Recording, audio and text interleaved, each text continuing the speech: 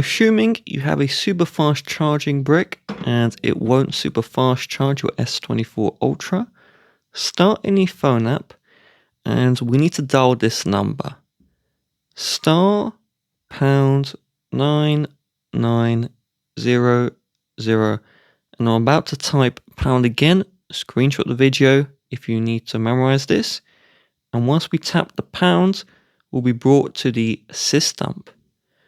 Scroll all the way down and keep on scrolling until you see the battery stats reset. Reset the battery stats, then quickly go into settings, scroll all the way down and select battery. Then scroll down again and under charging settings, make sure fast charging is on. If still not working, you have the fast charging brick, but swap out the cable as not all cables will support it.